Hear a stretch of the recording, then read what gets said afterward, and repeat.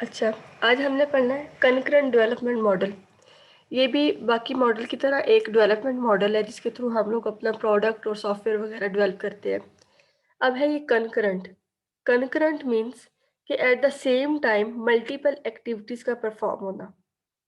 ठीक है, तो इसके नाम से ही हमें पता चल गया है कि इस मॉडल के अंदर at the same time multiple task जो है वो परफॉर्म हो रहे होंगे। Visibility of current state of project.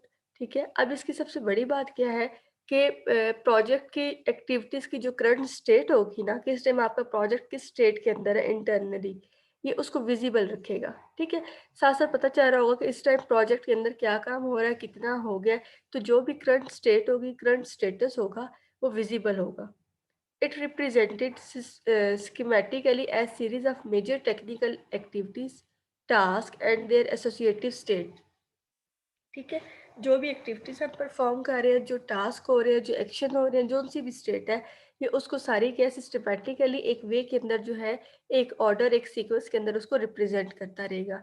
It is often more appropriate for the system engineering project where different engineering teams are involve. फिर वहाँ पे ये बेस्ट है प्रोजेक्ट, सॉरी डेवलपमेंट मॉडल, जहाँ पे डिफरेंट इंजीनियरिंग टीम हो। ठीक है, मैन्युफैक्चरिंग के लिए अलग हो, टेस्टिंग के लिए अलग हो, डेवलपमेंट के लिए अलग हो। ठीक है, तो जहाँ पे डिफरेंट टीम्स हैं वहाँ पे ये इंपॉर्टेंट है, क्योंकि हर एक टीम जो डिफरेंटली काम करती रहेगी, तो at the same time multiple activities जो है वो परफॉर्म होती रहेंगी। ठीक है, concurrent. The activity model may be in any one of the states for the given time. ठीक है, तो इसके अंदर कोई भी activity at a given time किसी भी स्टेट पे हो सकती है। मल्टीपल एक्टिविटीज काम कर रही हैं और कोई एक्टिविटी किसी भी स्टेट पे हो सकती है, ये उसको विजिबली दिखाता है हमें। ठीक है, all activities exist concurrently but resides in the different state. ठीक है, सारी activity concurrently at the same time काम कर रही हैं, लेकिन इन डिफरेंट स्टेट। ठीक है, तो हो सकता है प्लानिंग वाले जो है वो डिफरेंट फेज में काम कर रहे हो, कंस्ट्रक्शन वाले जो है वो डिफरेंट काम कर रहे हो। ठीक है, तो डिफरेंट स्टेट में काम कर रहे हैं क्योंकि हर एक का अपना अपना वे है, लेकिन काम सारे कर रहे हैं कंकरेंटली। ठीक है, तो यहाँ पे इसको पिक्टोरिकली दिखाया हुआ है। एक एक्टिविटी इन्होंने ले ली है एनालिसिस की। ठीक है, अब उसके अंदर क्या हो रहा है, हो सकता है अभी उसके अंदर कुछ डेवलपमेंट का काम चाह रहा हो, अंदर अंडर डेवलपमेंट हो।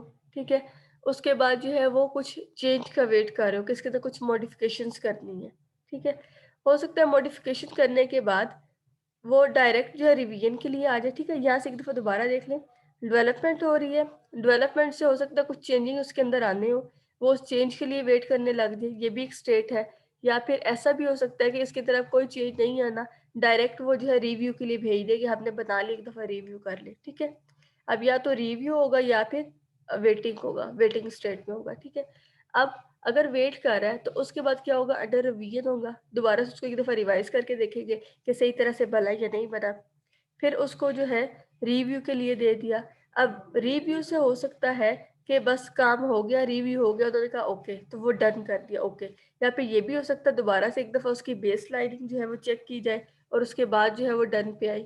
ठीक है, एंड पे आई। और हो सकता है डन के बाद दोबारा से कुछ चेंजिंग रिक्वायर्ड हो और दोबारा से वेटिंग चेंजिंग में चला जाए। ठीक है, चेंज जो है अडॉप्ट करने के लिए। तो मतलब एक एक्टिविटी के अंदर फर्दर जो टास्क परफॉर्म हो रहे हैं, ये हमें उसकी करंट स्टेट बता रहा है, किस टाइम पे क्या काम हो रहा है, और साथ में क्या है, मल्टीपल टास्क जो है at the same time perform हो रहे हैं यहाँ पे। ठीक है, अच्छा, ये बस इतना सा छोटा सा मॉडल था। नेक्स्ट है हमारे पास 4GT मॉडल। 4GT मॉडल है हमारे पास, 4 जनरेशन टेक्निक मॉडल। अब पहले इसको देख लेते हैं, इसका स्ट्रक्चर देख लेते हैं। इसमें सबसे पहले है रिक्वायरमेंट गैदरिंग। ठीक है, रिक्वायरमेंट्स गैदर की, उसके बाद डिज़ाइन स्ट्रेटजी, डिज़ाइनिंग स्ट्रेटजी पे आए, डिज़ाइनिंग की। उसके बाद है इम्प्लीमेंटेशन यूजिंग 4GL। ठीक है, यह 4GL क्या है, क्यों हम इसको यूज़ करें, ये मैं भी आपको बताती हूँ। ठीक है, डिज़ाइनिंग के बाद हमने इम्प्लीमेंटेशन की using 4GL, 4 generation language technique के थ्रू। उसके बाद जो है वो टेस्टिंग होगी। अब यहाँ पे देखिए एरोज जो हैं, जो नीचे वाले एरोज हैं, ये हर एक्टिविटी के दरमियान है। इसका मतलब है किसी भी एक्टिविटी से किसी भी दूसरी एक्टिविटी पे आप जा सकते हैं। ठीक है, टेस्टिंग से दोबारा जो रिक्वायरमेंट पे भी आ सकते हैं, रिक्वायरमेंट से डायरेक्ट जो है इम्प्लीमेंटेशन पे भी आ सकते हैं। ठीक है, इम्प्लीमेंटेशन से दोबारा डिजाइनिंग पे जा सकते हैं, किसी पे भी जा सकते हैं। अब इस फोर्थ जनरेशन टेक्निक जो है इसको देख लेते हैं।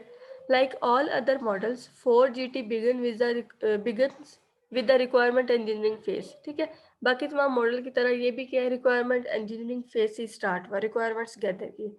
Ideally the customer would describe the requirement which are directly translated into the operational prototype. ठीक है, कस्टमर ने अपने रिक्वायरमेंट्स दे दी, उसके बाद फौरन जो है उसकी प्रोटोटाइपिंग बना के चेक कर लिया कि एट द एंड हमें इस तरह की चीज़ चाहिए। ठीक है, फिर उसकी डिज़ाइनिंग हुई, फिर उसकी 4GL के थ्रू जो इम्प्लीमेंटेशन हुई। Practically, however, the client may be unsure of the requirement, may be ambiguous in his space, or may be unable to specify information in a manner that 4GT tool can use. अब पहले तो आपको 4 इस model का बता दूं। इस model का 4GT 4 जनरेशन टेक्निक इसका नाम है। तो मतलब ये बड़ी पावरफुल टेक्निक है जिसके थ्रू जो है कोड जो है हम अपने डेवलपमेंट का वो ऑटोमेटिकली जनरेट करते हैं। ठीक है, इस मॉडल का फ़ायदा क्या है कि 4GT टेक्नोलॉजीज़ और टूल्स के थ्रू हम जो अपने कोड है उसको ऑटोमेटिकली जनरेट कर लेते हैं। ठीक है, तो वो कहते हैं कि एक ये भी प्रॉब्लम हो सकती है कि यूज़र जो है अनश्योर है रिक्वायरमेंट का, असल में उसको चाहिए क्या चीज़ है, उसकी रिक्वायरमेंट्स जो एम्बिगुअस है, उसको क्लियरली डिफाइंड ही नहीं है कि उसने बनवाना क्या है। May be ambiguous in his space. ठीक है, उसको अपनी स्पेस का सही इन्वायरमेंट का नहीं पता क्या चीज़ बनवानी है। और may be unable to specify information in a manner that 4GT tools can use. और या फिर हो सकता है उसको रिक्वायरमेंट्स तो पता है कि उसने क्या चीज़ बनवानी है, लेकिन वो इस तरह से उसको स्पेसिफाई नहीं कर सक रहा, इस तरह से बता नहीं सक रहा जिसको जो है 4GT टूल जो है उसको डायरेक्ट कोड कर सके। ठीक है, ये इतना आसान भी नहीं है कि बस बटन दबाया और कोड बन गया। ये भी जो है इसमें प्रॉपर स्पेसिफिकेशन जो है वो सही होनी चाहिए, सही एक वे है, उसके थ्रू अगर डिफाइन किया गया तो फिर ही कोड जनरेट होता है, अदरवाइज नहीं होता। For a small application, it may be possible to move directly from the requirement gathering phase to the implementation phase using a 4 generation language। ठीक है, अगर जो प्रोजेक्ट आपका स्मॉल है फिर तो आपने रिक्वायरमेंट्स गैदरिंग की और डायरेक्ट जो है इम्प्लीमेंटेशन फेज पे आगे कोड जनरेट करने, डिजाइनिंग बेशक नहीं की। ठीक है, वो तो चले ठीक है, लेकिन अगर जो है बहुत लार्ज प्रोजेक्ट है तो फिर ऐसा नहीं है, फिर आपको पहले डिजाइनिंग फेज पे जाना पड़ेगा। डिज़ाइनिंग फेज़ में प्रॉपर जो है आपको स्पेसिफिकेशन देनी पड़ेगी, डिज़ाइनिंग करनी पड़ेगी, उसके बाद ही जो है आप 4GT से जो है वो कोड जनरेट कर सकते हैं। To transform a 4GT implementation into a product, the developer must conduct thorough testing, develop meaningful documentation। ठीक है, अब अगर हमने 4GT से इम्प्लीमेंटेशन कर रहे हैं, प्रोडक्ट बना रहे हैं, तो उससे भी ये साथ-साथ टेस्टिंग और डॉक्यूमेंटेशन ये तो हर लिहाज में जो है हर सॉफ्टवेयर मॉडल जो भी आप यूज़ कर रहे हैं उसमें इम्पोर्टेंट है कि साथ साथ टेस्टिंग भी होती रहे हर एक फेज़ की, और साथ साथ जो है डॉक्यूमेंट भी किया जाए, उसको राइट अप भी करके रख लिया जाए। In addition, the 4GT developed software must be built in a manner that enable maintenance to be performed quickly। ठीक है, अब ये भी है कि 4GT से अगर हम काम कर रहे हैं तो हमारा पर्पस ये भी होता है कि इसकी मेंटेनेंस भी जो है मोर क्विकली हो जाए। जैसे जो है कोड जल्दी से जनरेट हो गया, इस तरह से इसकी जो मेंटेनेंस है वो भी जो है किसी टूल के थ्रू जो है वो फ़ौरन से हो जाए। ठीक है, और अच्छा जो है वो हमें परफॉर्मेंस मिल जाए। अब इसके कुछ मेरिट्स भी हैं और कुछ डिमेरिट्स भी हैं, ये देख लेते हैं। मेरिट्स में क्या है, dramatic reduction in the software development time. ठीक है, एक तो ये सबसे बड़ा फ़ायदा है कि जो टाइम है वो बहुत शॉर्ट लगता है इसके अंदर, क्योंकि सारा कोड हमें करना नहीं पड़ता। हम लोग जो है बस स्पेसिफाई कर देते हैं और कोड जो है इसका जनरेट हो जाता है। Improve productivity for the software developer, developer की जो प्रोडक्टिविटी है वो इम्प्रूव हो जाती है। ठीक है, डिमेरिट्स पे क्या आ रहा है, not much easier to use as compared to programming language. ठीक है, ये इतना आसान भी नहीं है कि जैसे हम C++ जावा वगैरह पढ़ते रहते हैं और ये भी जो है आसानी से हो जाएगा। ठीक है, इसके लिए प्रॉपर वे है, अगर उस तरह से इसको स्पेसिफाई किया है तो ये कोड उसके अकॉर्डिंग जनरेट कर देता है, उस वे के अकॉर्डिंग। अगर नहीं है तो फिर सारा जो है वो खराब हो जाता है। The maintainability of large software system built using 4GT is open to question। फिर ये है, जब आप 4 जनरेशन टेक्नोलॉजी यूज़ कर रहे हैं तो जब उसको यूज़ करते हैं तो उसके अपने नए क्वेश्चन, नए प्रॉब्लम्स जो हैं वो अराइज़ हो जाते हैं, ठीक है? जो उनको जो है फिर आंसर करना, उनको मेंटेन करना जो है वो एक अलग से जो है वो प्रॉब्लम होती है। 4GT software tool is used to generate the source code for a software system from a high level specification representation. ठीक है, हाई लेवल स्पेसिफाई कर दिया जाता है, फिर उससे सोर्स कोड जनरेट कर लिया जाता है। अब इसमें कौन कौन सी चीज़ें हम जनरेट कर सकते हैं, वो है हमारे पास रिपोर्ट जनरेशन। हम लोग रिपोर्ट्स जनरेट कर सकते हैं। डेटाबेस क्यूरी लैंग्वेज जो है उसके लिए यूज़ कर सकते हैं, डाटा मैनिपुलेशन के लिए यूज़ कर सकते हैं। उसके अलावा हम इसको स्क्रीन डेफिनेशन और इंटरेक्शन के लिए यूज़ कर सकते हैं, ठीक है? कोड जनरेशन है, वेब इंजीनियरिंग टूल्स है, हाई लेवल ग्राफिक्स है। तो ये सारी एप्लीकेशंस बताई हुई है कि हम 4GT से कौन-कौन से काम जो है वो कर सकते हैं। Component based development. अच्छा, नेक्स्ट मॉडल है हमारे पास कंपोनेंट बेस्ड डेवलपमेंट, सीबीडी भी इसको हम कहते हैं। CBD model incorporates many of the characteristic of the spiral model। इसमें जो है सारा का सारा स्पाइरल मॉडल ही यूज हुआ है और बस थोड़ा सा चेंज है, ठीक है? It is evolutionary by nature and iterative approach to create a software. जैसे हमारे स्पाइरल मॉडल में था, उसमें भी क्या था, आइटरेटिव अप्रोच भी ली गई थी, एवोल्यूशनरी, और साथ में लीनियर अप्रोच भी ली गई थी, ठीक है?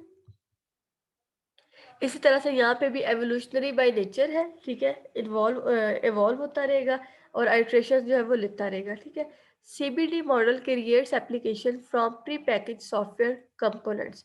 अब इसका नाम कंपोनेंट बेस्ड डेवलपमेंट क्यों है?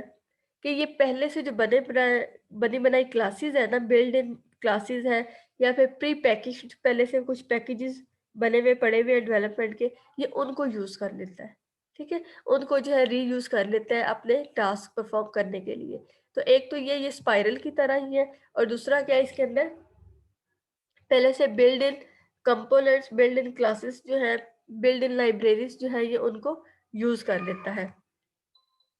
अब इसमें देखें, यहाँ तक ये जो सर्कल वाला है, ये सारा क्या है, स्पाइरल वाला, ठीक है? जो मैंने आपको बताए थे, डार्क ग्रे से लाइट होते जाते हैं। अब ये वाली जो एक्स्ट्रा की चीज़ है, ये कंपोनेंट की अपनी है, कंपोनेंट बेस्ड डेवलपमेंट की अपनी है, ठीक है? जिसमें ये है कि इसको इंजीनियरिंग टाइम पे जब कोई मॉड्यूल चाहिए होता है, कोई क्लास चाहिए होती है, जिसको ये कहता है कि ये शायद पहले से पढ़ी हुई हो, इसको मैं रीयूज़ कर सकता हूँ। तो ये किधर फाइंड करेगा, लाइब्रेरी में से आइडेंटिफाई कैंडिडेट कंपोनेंट, ठीक है? जो कंपोनेंट इसको रिक्वायर्ड होगा, ये उसको आइडेंटिफाई करेगा, उसके लिए रिक्वेस्ट करेगा।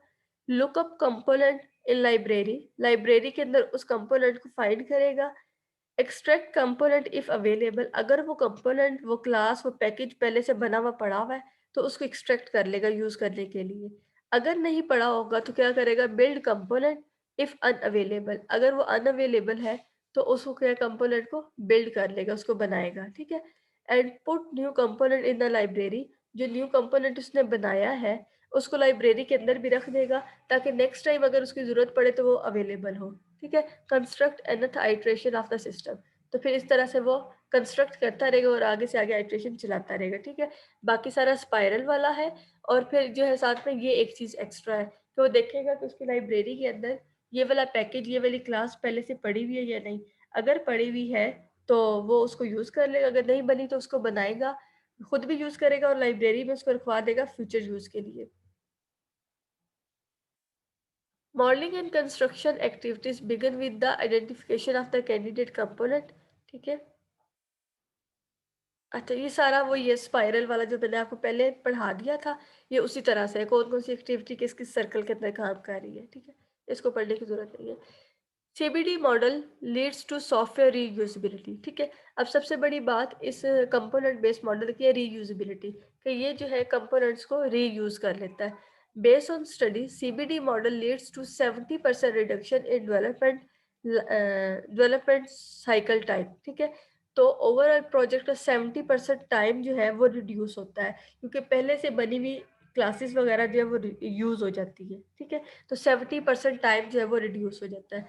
84% reduction in the project cost, और प्रोजेक्ट की कॉस्ट भी क्या है 84% जो है वो रिड्यूस होती है, क्योंकि जो कंपोनेंट पहले से बन चुके हैं उनके ऊपर तो कॉस्ट लग चुकी है, अब दोबारा उसको बनाने के लिए कॉस्ट रिक्वायर्ड नहीं है, ठीक है। तो टाइम भी बच गया, कॉस्ट भी बच गई, और प्रोडक्टिविटी जो है वो भी वेरी हाई, क्योंकि जो है शॉर्ट टाइम पे आप चीज़ों को रीयूज करके बना लेते हैं। अच्छा, ये तो थे हमारे पास कुछ मॉडल। नेक्स्ट है हमारे पास, इसमें कोई मसला है आप लोगों को? कुछ पूछता हूँ।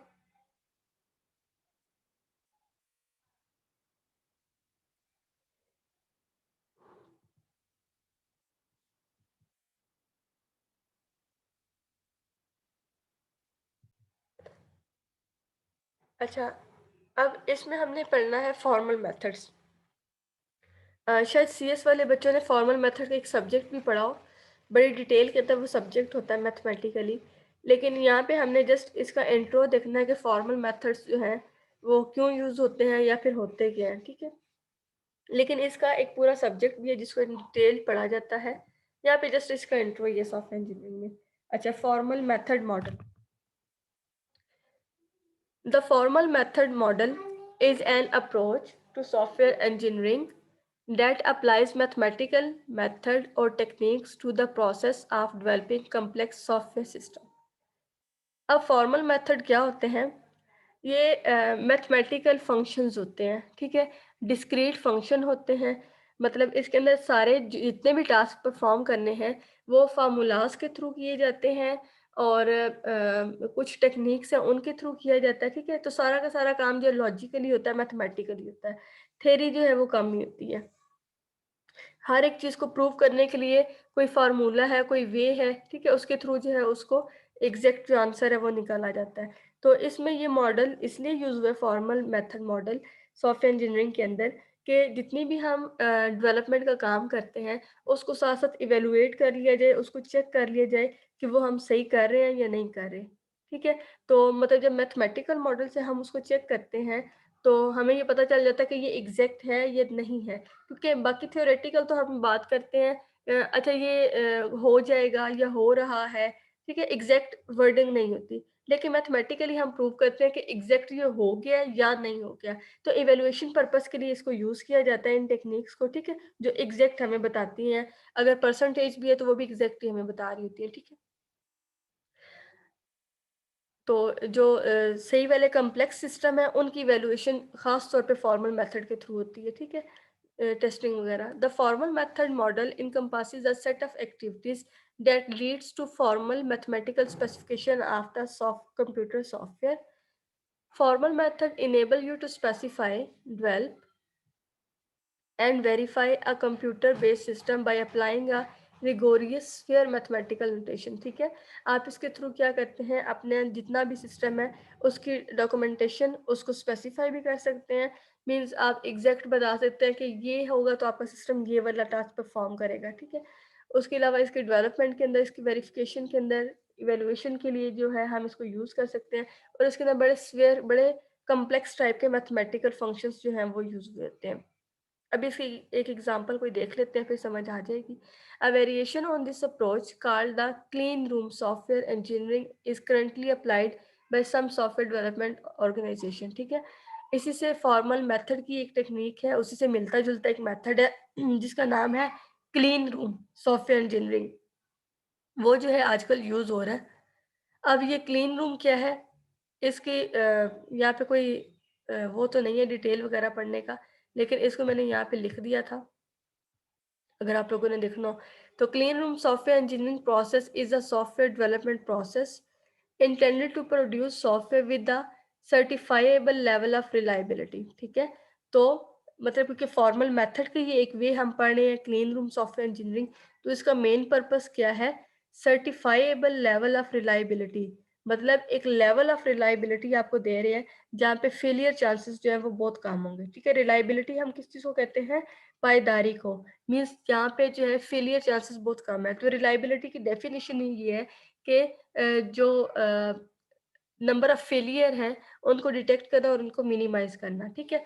तो मतलब इस मॉडल को यूज करते हुए आपके पास फेलियर चांसेस बहुत कम आते हैं, क्योंकि वो बिल्कुल एग्जैक्ट एक्यूरेटली जो आप लोगों ने पहले फॉर्मल मेथड के थ्रू उसको वेरीफाई किया होता है, ठीक है। तो करेक्टनेस ज्यादा होती है इन मॉडल्स के अंदर। Ambiguity, incompleteness, and inconsistency can be discovered and corrected more easily through the application of mathematical analysis.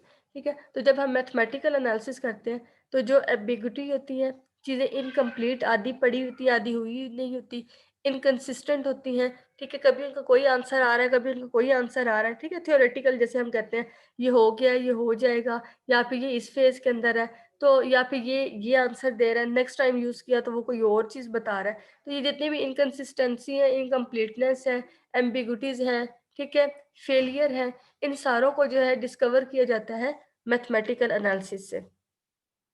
When formal methods are used during design, they serve as a basis for program verification and therefore enable you to discover and correct error that might otherwise go undetected. ठीक है, कि अगर हम formal method को use नहीं करते तो जो आधी चीज़ें ऐसी हैं जो कि हमें डिस्कवर ही नहीं होती, अनडिटेक्टेड रह जाती हैं, हम उन्हें डिटेक्ट ही नहीं कर सकते। लेकिन मैथमेटिकली हर एक एग्ज़ैक्ट हमें जो है आंसर मिलता है कि ये है या नहीं है, ठीक है? ये कितनी परसेंट से है, तो उससे जो भी एरर्स वगैरह हैं वो डिटेक्ट हो जाते हैं। अच्छा, a formal method जो है can be a foundation for the describing complex system और रीजनिंग अबाउट सिस्टम, ठीक है, कॉम्प्लेक्स सिस्टम के लिए भी यूज होते हैं, और रीजनिंग अबाउट सिस्टम, रीजनिंग हम कह सकते हैं कि सिस्टम का एनालिसिस करना, लॉजिकली एनालिसिस करना, ठीक है, उसकी जो है उनका जो लॉजिकली कंपैरिजन करना, उन सब के लिए जो है वो यूज हो सकता है। यहाँ पे एग्जांपल है, आप लोगों ने डिस्क्रीट मैथ पढ़ा होगा, फोर्थ सेमेस्टर है दोनों दोनों क्लासेस का। तो डिस्क्रीट मैथ में हम लोग वो पढ़ते हैं एंड और नॉट, नेगेशन और ये वाली चीज़ें।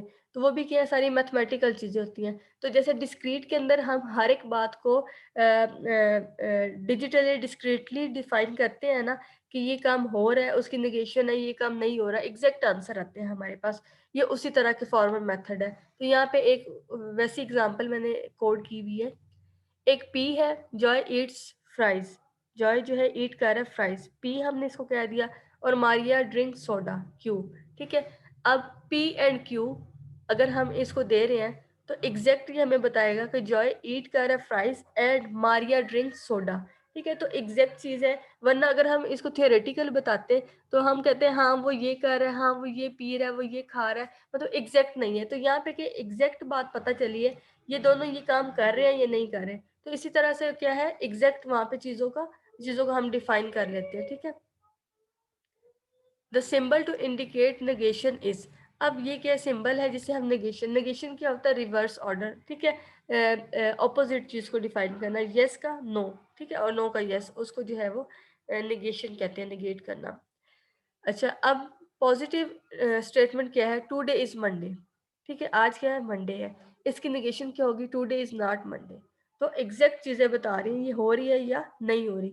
तो आप ये कह सकते हैं ब्लैक और वाइट, नॉट अ ग्रे, कि या तो आंसर यस है या तो आंसर ब्लैक नो है या यस है, लेकिन ग्रे आंसर नहीं है, दरमियान का आंसर एग्जिस्ट ही नहीं करता, या तो चीजें होती हैं या चीजें नहीं होती, ठीक है। That was fun, that was not fun, ठीक है। तो इस तरह से आप लोगों ने ये पहले डिस्क्रीट में भी इस तरह की एग्जांपल देखी होंगी। अच्छा, यहाँ तक कोई मसला हो, किसी को कुछ पूछना हो?